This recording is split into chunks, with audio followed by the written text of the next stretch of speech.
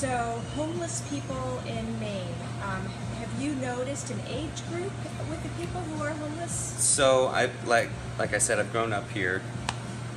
So just to kind of dive in a tiny bit, when I was in high school, I spent a lot of time in what's called Tommy's Park, which is right on Exchange Street. And when I was 16, 17, 18, a lot of people who I met were older homeless guys. And it was never weird, but we just kind of hung out. So the age group that I guess I've seen and I've noticed is usually around the age I am now, and then it gets worse and worse as people get older. But so there's the teen center, but you can't go there after you're 18. And then there are a few resource centers around here, but it's not a safe place for women or for weaker people. Where do you think the gay, lesbian, bi, trans people would feel safe in Maine? I guess in a space that was created specifically for them. So I have friends, but none of them are.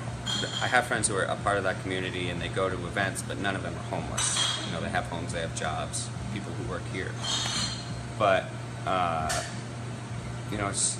it's kind of hard to put together a group like that, I guess. Well, I appreciate your time. Is there anything that you wish that Maine had for resources that we don't have now? I mean, that's a pretty broad question.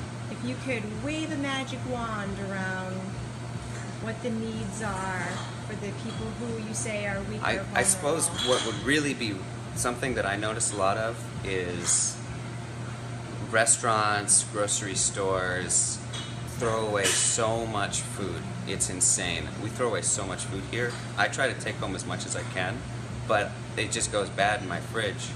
And I'll be walking home and I'll be trying to find someone who needs food. And if there was just some way, if there was some community that put together some way that we could maybe, like, instead of a garbage man, we have the food guy. He comes at the end and we have our food sitting out and then he brings it to the Public Resource Center or what have you. And one other thing I was thinking of is, I used to landscape in Cape Elizabeth and I'd see all these giant houses that are vacant all through the winter. And then all I'm thinking about is all these people who have really not a lot of clothing. They don't have gloves. They might have hats. And they're staying outside or staying in these centers. And I just think if there was some program where we could give them a place to stay, if maybe some really rich guy was like, yeah, let's help him out.